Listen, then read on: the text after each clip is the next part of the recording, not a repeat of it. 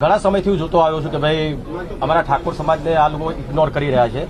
એ સરકારની જાણ બહાર હોય શકે એવું પણ બની શકે, જે વચ્ચે મીડિયેટર હોય એ લોકો બી આવું કરી શકતા હોય. ઘણા સમયથી હું જોયું સરકારી બધા કાર્યક્રમો હોય એમાં ઠાકોર સમાજનો એક દીકરો કે દીકરી હોતા નથી. અને આ વખતે પણ મેં જોયું ત્યારે જ્યારે વિધાનસભામાં દરેક કલાકારો સ્વાગત કર્યું, બહુ સારી વાત કહેવાય. બધા મોટા મોટા કલાકારો છે.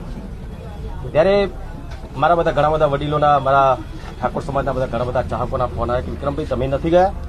તો મેં કીધું ભાઈ મને આમંત્રણ નથી. સરકારી કામ મળવાની કોઈ સવાલ, મારો સમાજ આટલો મોટો છે બરાબર. મને કે મારા ઠાકોર સમાજના કલાકારો કંઈ સરકારી કામ નહીં મળે તો કંઈક ભૂખે નહીં બેસી રહેવાનું બરાબર. એટલે એ વાત ના, તમે ખોટી વાત કરો છો, એ વાત ના કરશો બરાબર. તમે કીધું ફિલ્મી કલાકાર, પણ મેં ક્યાં કીધું ફિલ્મી કલાકારને તમે બોલાવો? મને બોલાવો એવું મેં કીધું જ નથી. હું ફિલ્મી કલાકાર છું, સાથે સાથે ગાયક કલાકાર છું, ભજન પણ ગાઉં છું, સંતવાણી પણ કરું છું, માતાજીના ગરબા પણ ગાઉં છું બરાબર. ખાલી ફિલ્મી કલાકાર નથી. સરકાર બોલાવશે ત્યારે તો ઠીક વાત છે, પણ મારો સમાજ કહે છે કે એ જે કહે છે એમ કરીશ.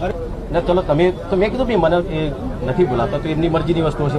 હું એમને નહીં ગમતો હોય, લોકો તો મને બધા સુપરસ્ટાર કહો છો, પણ એમના હું સુપરસ્ટાર નહીં લાગતો હોય. એક સામાન્ય સિંગર ઠાકોર સમાજમાંથી આવતો એક છોકરો છે, એનું ક્યાં વેલ્યુ હોય એ લોકો એવું માનતા છે કદાચ.